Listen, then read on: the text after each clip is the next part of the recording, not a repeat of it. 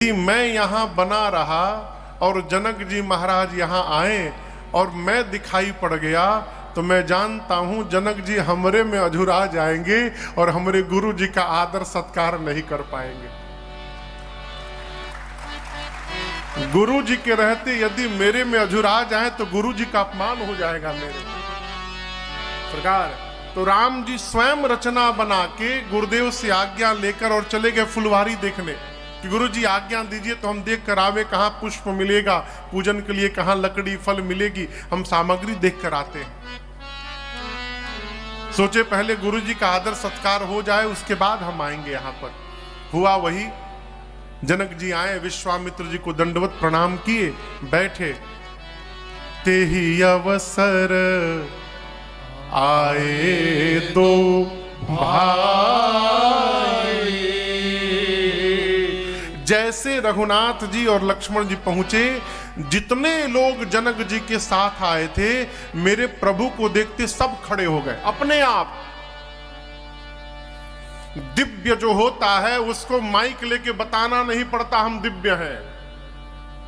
दिव्य की रहनी, दिव्य की उठनी, दिव्य की बोलनी, दिव्य की चलनी, दिव्य का जीवन चीख चीख कर बताता है कि ये जो व्यक्ति आ रहा है ये दिव्य व्यक्ति है।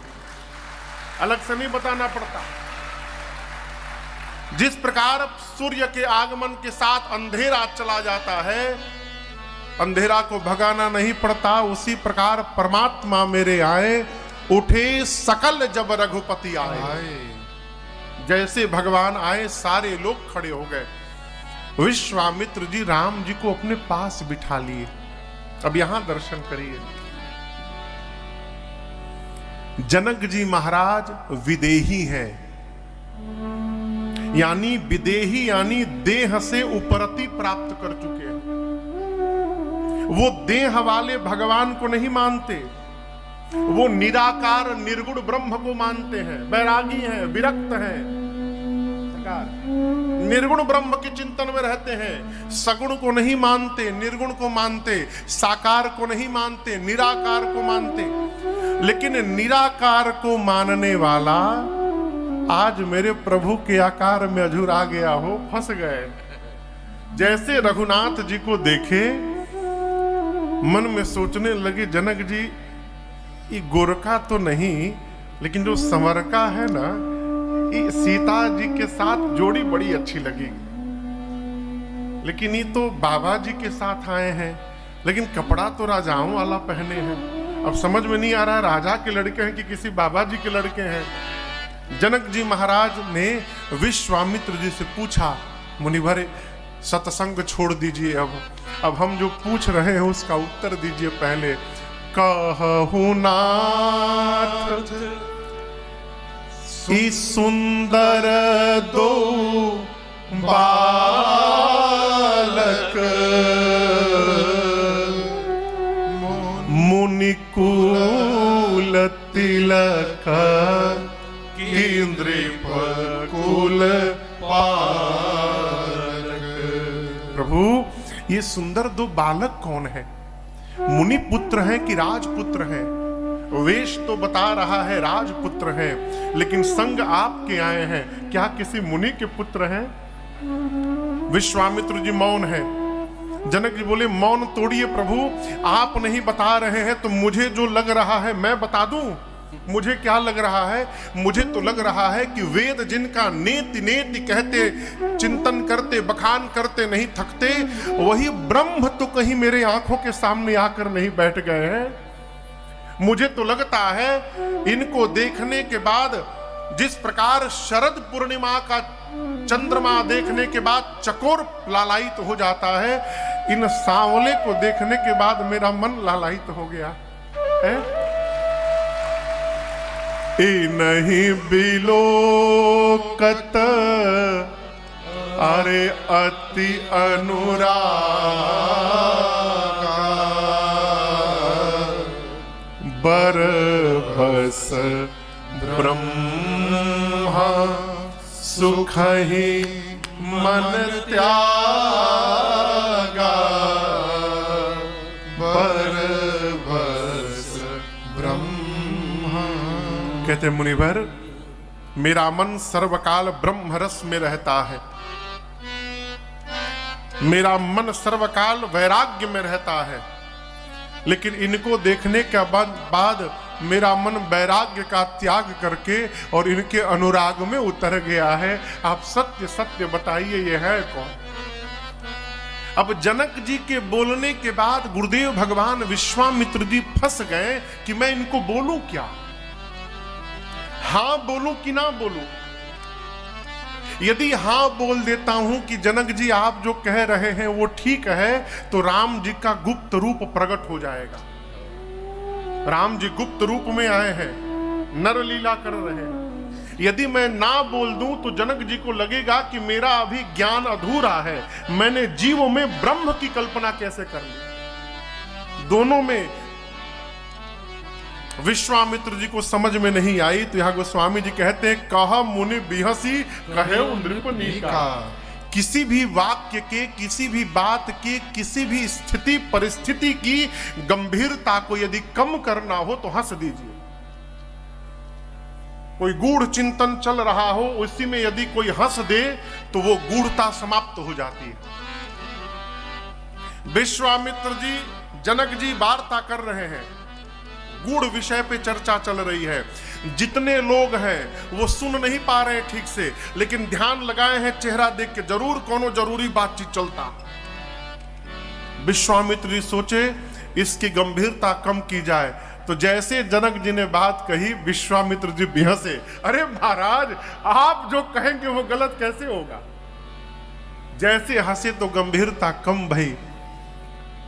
गुरु जी बोले, महाराज आप ही नहीं, ए प्रिय सब ही जहां लगी प्राणी। संसार में जितने जीव हैं सब राम जी को प्राण के समान प्रेम करते हैं। राम जी मुस्कुराए, अब मुस्कुरा कर कहे, गुरुजी हमारा पोल ना खोला जाए, गुरुजी हम गुप्त रूप में आए हैं। तो जैसे प्रभु ने इशारा किया मन ही मन, अब राम जी का लौकिक परिचय कराते हैं विश्वामित्र जी। महाराज, रघुकुल मणि दशरथ के जाए, मम हित लागे नरेश पठाए। रघुकुल मणि दशरथ के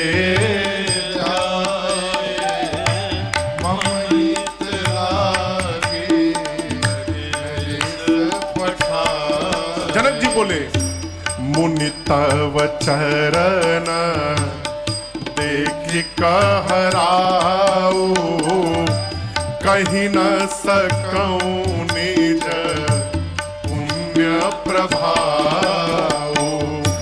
मुनि तव चरण देखि कहराओ, कहीं न सकऊं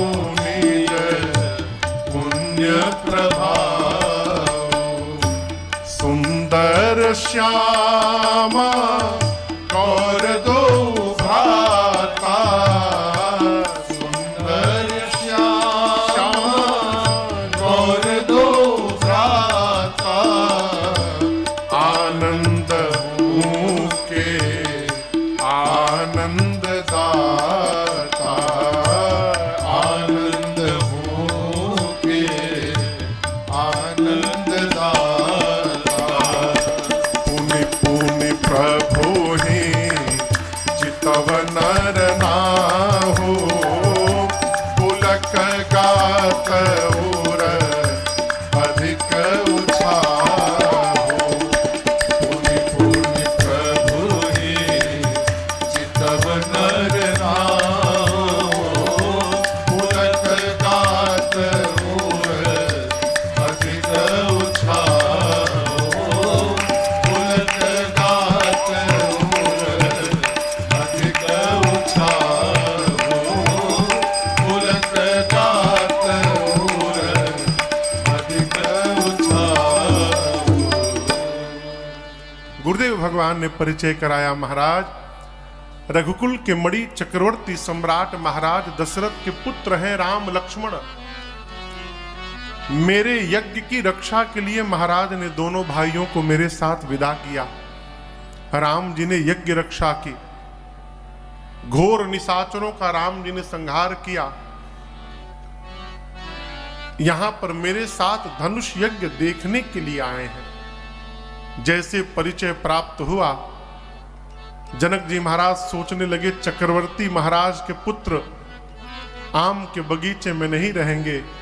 जिस प्रकार के देवता होते हैं उस प्रकार की उनका स्वागत भी करना चाहिए, व्यवस्था भी करनी चाहिए।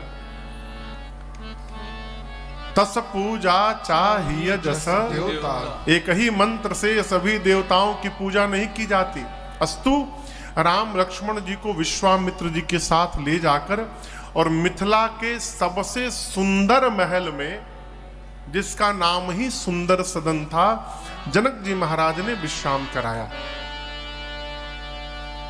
दोपहर में भोजन हुआ, भोजनोपरांत विश्राम।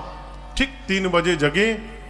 अब यहां लक्ष्मण जी के मन में एक लालसा है, जाई जनकपुर आय देखी। यदि गुरुदेव आज्ञा दे देते तो हम लोग मिथिला देखकर चले आते, लेकिन कहे कौन? मन की बात को मन में दबा कर बैठे। राम जी ने गुरु जी से कहा, गुरुदेव नाथ लखन पुर देखन चाहि, अप्रभु सकोच डर प्रगट न कहि। लक्ष्मण जी गुरुदेव नगर देखना चाहते हैं। यदि आपकी आज्ञा हो जाए प्रभु तो मैं लेके जाऊंगा, तो मैं जाई नगर दिखाई तुरंत ले आओ। मैं लेके जाऊंगा, नगर दिखाऊंगा और तुरंत लेकर आऊंगा, विलंब करने वाला नहीं हूं, जो यदि आपकी आज्ञा हो।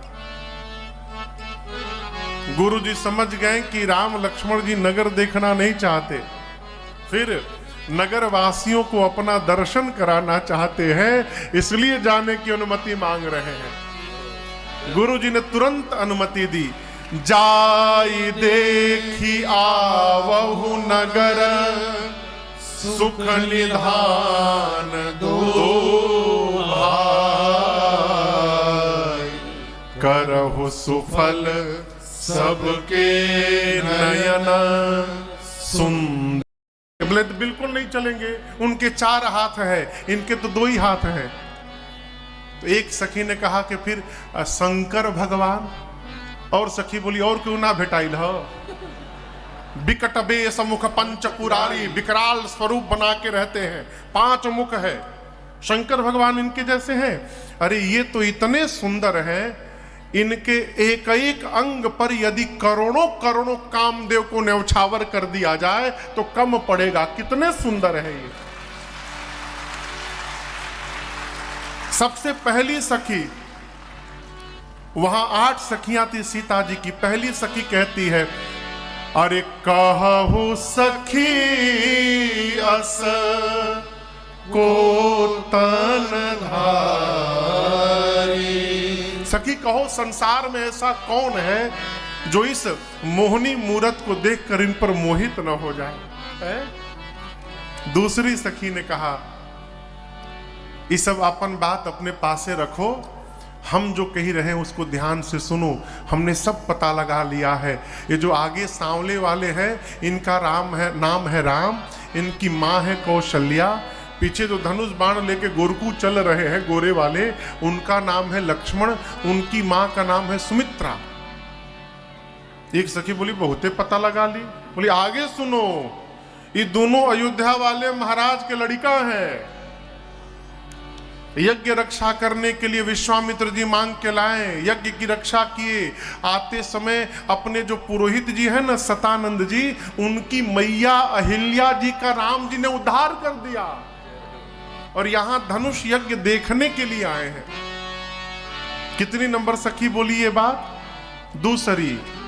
अब तीसरी सखी बोलती है, एक बात बोलें, इस सांवले को देखकर ऐसा मन में भाव उमड़ रहा है कि जोग जानकी यह बरु आए। ये जो सांवला है यही किशोरी जी के लायक लग रहा है। यदि महाराज इस सांवले को देख लेंगे तो मेरा मन कहता है अपने प्रण का त्याग कर देंगे और बरबस इनके साथ विवाह करा देंगे। चौथी बोली चुप रहो, महाराज ने इनको देखा भी और पहचान भी लिया है, लेकिन उसके बाद भी महाराज अपने प्रण का त्याग नहीं कर रहे हैं। पांचवी सखी बोली चिंता मत करो, जहां तक मुझे पता है ब्रह्मा जी सबको उचित फल देते हैं। यदि ये बात सत्य है ना तो मैं कहती हूं ये सांवला वर ही सीता जी को प्राप्त होगा, इसमें कोई संशय नहीं है। जैसे पांचवी सखी ये बात बोली, छठवीं सखी नाचने लगी। सब पूछी भाई तुम क्यों नाचने लगी?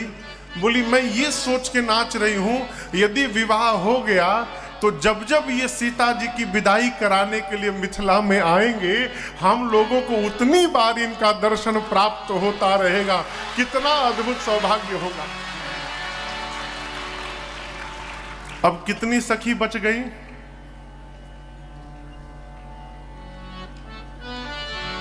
दो ही सखी बच गई।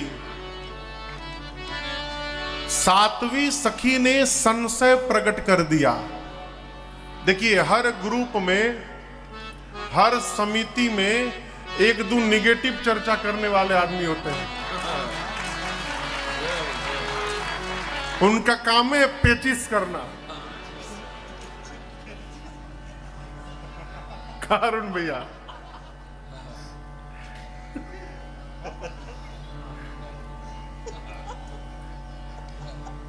यहां दर्शन करिए। सातवीं सखी ने संशय प्रकट किया। बोली सातवीं सखी राम को देख कर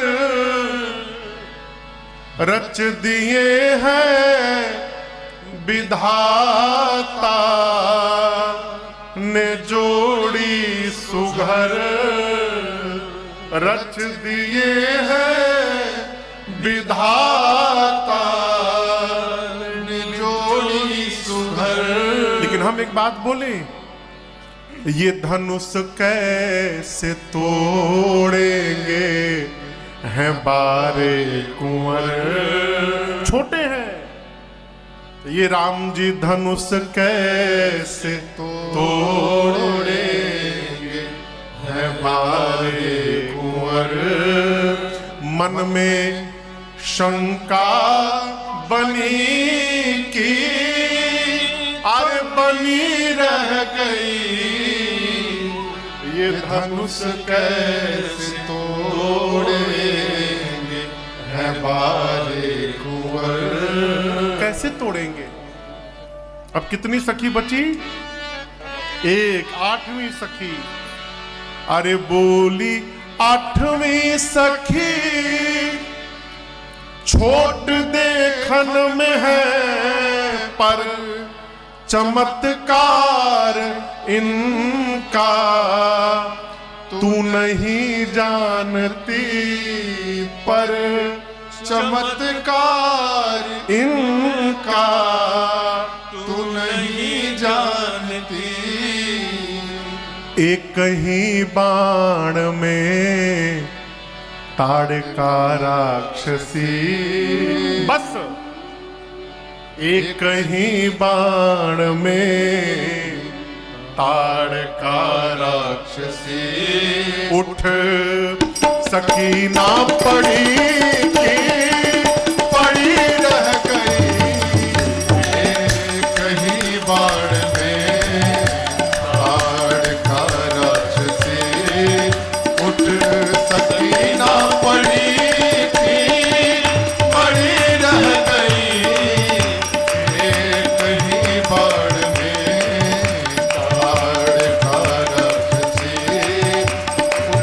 सकी ना पड़ी थी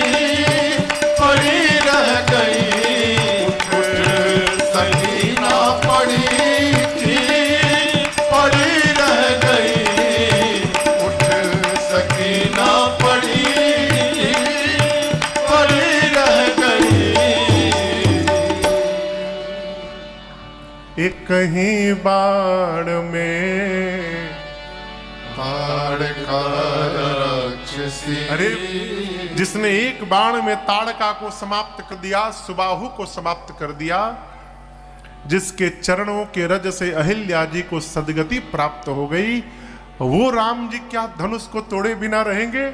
मेरी मानो, जिन ब्रह्मा जी ने सीता जी को बनाया है, उन्हीं ब्रह्मा जी ने विचार करके इस सांवले को भी बनाया है। दूल्हा तो यही बनेगा, इसमें कोई संशय नहीं है। सखियां अपने अपने मन का भाव देती हैं। हिया हर सही बरसहि सुमन सुमुखी सुलोचनी। अब यहां आप एक दृश्य दर्शन करिए। राम जी कहां है? कहीं सब है। हाँ, मिथिला में कहां है? ऊपर है कि नीचे है? नीचे। असखियां कहां है? ऊपर। देखना कौन चाहता है? सखियां। और दिखाना किसको है? राम जी को। कई लोग का स्वभाव है, चलत है रोड पर, ताकत है इधर उधर, उसी में भिड़ जाते हैं। लेकिन राम जी सीधा चलते हैं और सीधा देखते हैं। जब सखियां आपस में चर्चा कर रही थी कि ये सांवला वर देखने विवाह लायक है, सीता जी के योग्य है, लक्ष्मण जी सुने थे तो राम जी से कहते, भैया ब्याह के बातचीत चलता ऊपर देखी का एक बार। भगवान बोले चुपचाप नीचे देखना, ऊपर मत देखना।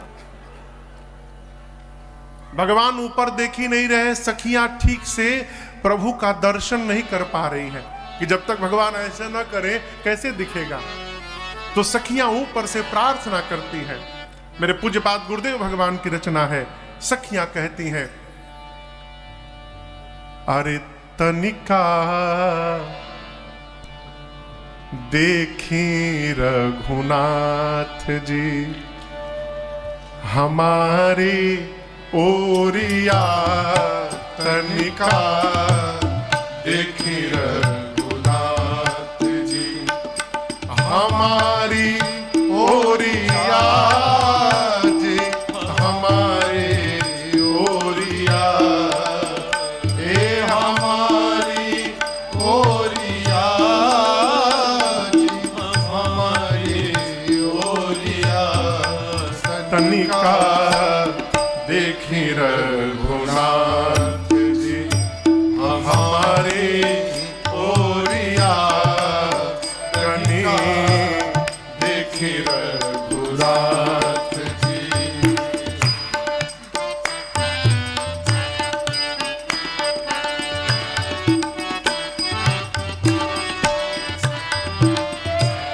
सुंदर श्यामल गौर मनोहर,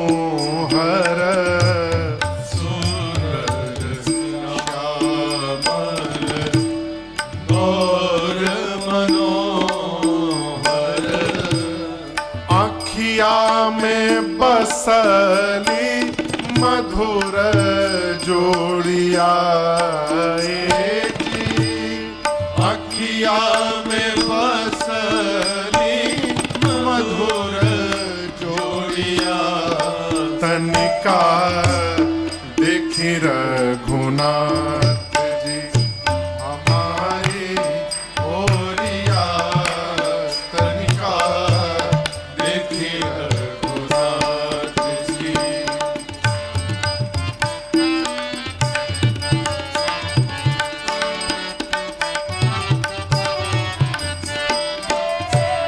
मिथिला में आई के तू जादू चलेला, मिथिला में आई के तू जादू चलेला, मोहिली हला मिथिला के सब गोरिया जी, मोहिनी भला मिथिला के सब गोरिया,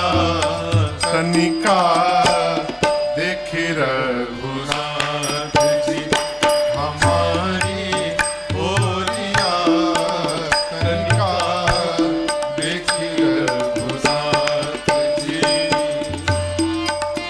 भगवान नहीं देख रहे हैं। सखियां कहती हैं, अरे प्रभु, पूरा सिर उठाने में यदि कष्ट हो रहा है तो कनखी से देख लीजिए एक बार, आंख के कोने से। सखियां प्रार्थना करती हैं, राम भद्राचार्य ही अब हंसी हे रहो, राम भद्राचार्य अब हंसी है। कैसे? जल बिलो चल की कोरियाए जी, जल बिलो चल की कोरिया तनिका देखी रघुनाथ जी हमारी ओरिया तनिका देखी रघुनाथ जी।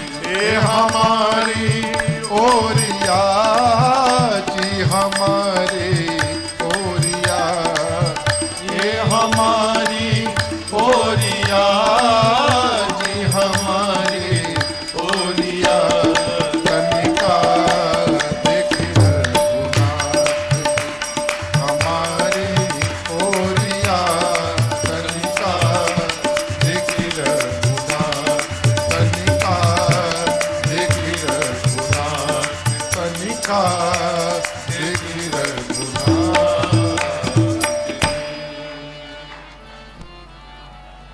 अरे हमारी ओरिया तनिका देखी रघुनाथ।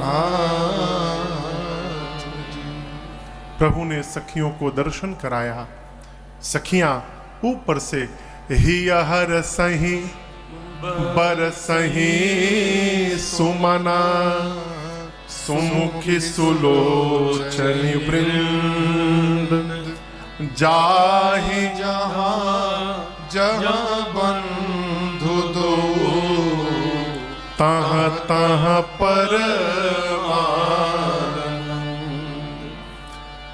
नगर भ्रमण करते, दर्शन करते, बच्चों के साथ प्रभु धनुष यज्ञशाले का दर्शन किए। तत्पश्चात विलंब जानकर प्रभु बच्चों को विदा करके और गुरु जी के पास आए। रात्रि में भोजन भया, उससे पूर्व संध्या बयारू आरती, भोजन, भोजनोपरांत विश्राम। सबसे पहले राम जी सोने गए तो गुरु जी सोने गए तो राम जी, लक्ष्मण जी गुरुदेव के पांव की सेवा करने लगे।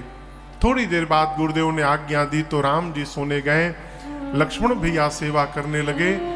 थोड़ी देर बाद प्रभु ने लक्ष्मण भैया को भी सोने के लिए कह दिया। प्रातःकाल जगने का क्रम परिवर्तित हो गया। जो लक्ष्मण जी सबसे बाद में सोए थे वो लक्ष्मण भैया सबसे पहले उठे। लखन निस विगत सुनी अरुण शिखा धुनिका, गुरु ते पहिले जगतपति जागे राम सुजान। सबसे पहले लक्ष्मण जी जगे, फिर राम जी जगे, अंत में गुरु जी जगे।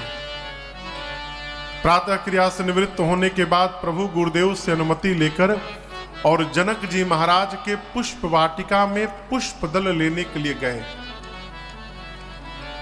यहां गोस्वामी जी ने बड़ा अद्भुत वर्णन किया है बाग का। आइए चौपाइयों को स्मरण करते हैं। बाबा कहते हैं,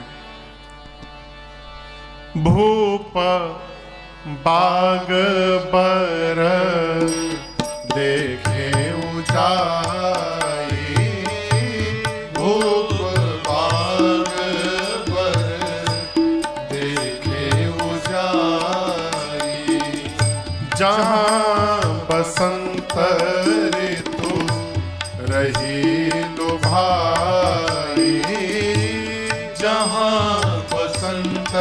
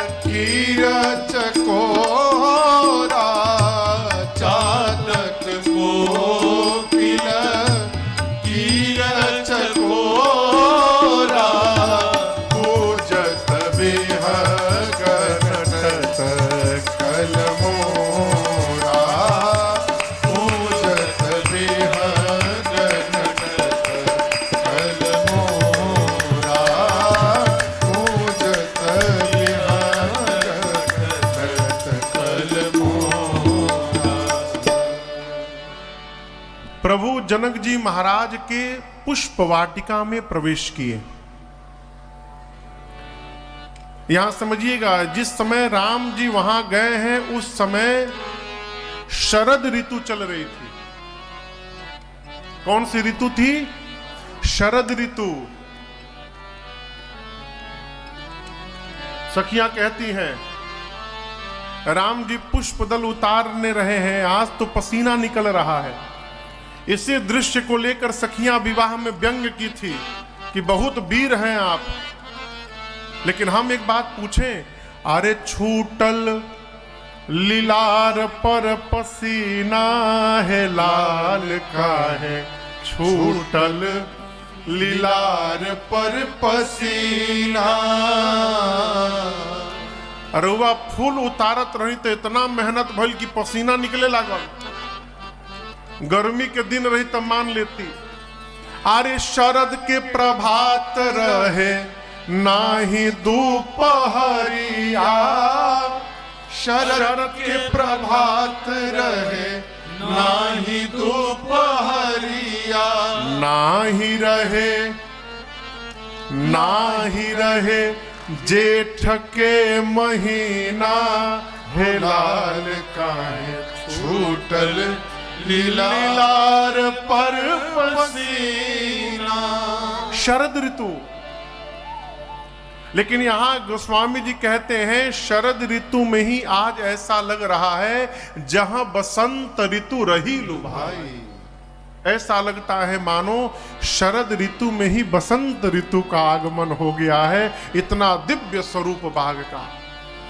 एक भी पौधे पर न पुराना पुष्प है, न फल है, न पत्ते हैं। चातक, कोयल, तोता, चकोर, मोर, ये सारे पक्षी आकर बाग में चहचहा रहे हैं। बाग के बीच में एक सुंदर सरोवर है। सरोवर के बगल में मां भवानी जी और शंकर जी का मंदिर है। राम जी आए, दिव्यता देखे, मालियों को ढूंढे और अनुमति लेकर प्रभु मालियों से पुष्प दल उतारने लगे। किसी दूसरे का सामान बिना पूछे अनुमति लिए स्पर्श न किया जाए।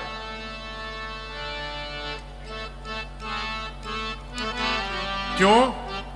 यदि बिना पूछे आप छू रहे हैं, वो चौर वृत्ति है। यहां राम जी गए, अनुमति लिए, अनुमति लेकर पुष्प दल उतारने लगे। प्रभु पुष्प दल उतार रहे हैं, उसी समय ते ही अवसर सीता तहाँ आई। और यहां दर्शन करिए, आई नहीं, भेजी गई है। किसने भेजा? हाँ, गिरिजा पूजन, क्या बात है, जननी पठाई। डरा रहे थे, बोली कि ना बोली। सीता मैया भेजी गई है। किसने भेजा? गिरजा पूजन जननी पठाई। हमारी संतान यदि भगवान से दूर हो रही है तो संतान का अपराध नहीं, अपराध हमारा है। क्यों? हम भगवान से बच्चों को बचपन में जोड़े ही नहीं। यहां मैया ने कहा, सुनैना मैया ने सीता जी से कि बेटी जाइए और गिरजा जी का पूजन करके आइए। सखियों को साथ में लेकर संग सखी सब सुभग सयानी गावहि गीत मनोहर बानी। सखियां गीत गाते मैया को लेकर आई। मैया ने सखियों के साथ सरोवर में स्नान किया। स्नान करने के बाद मंदिर में गई और पूजन करने लगी। और पूजन करके सीता जी मांगने लगी,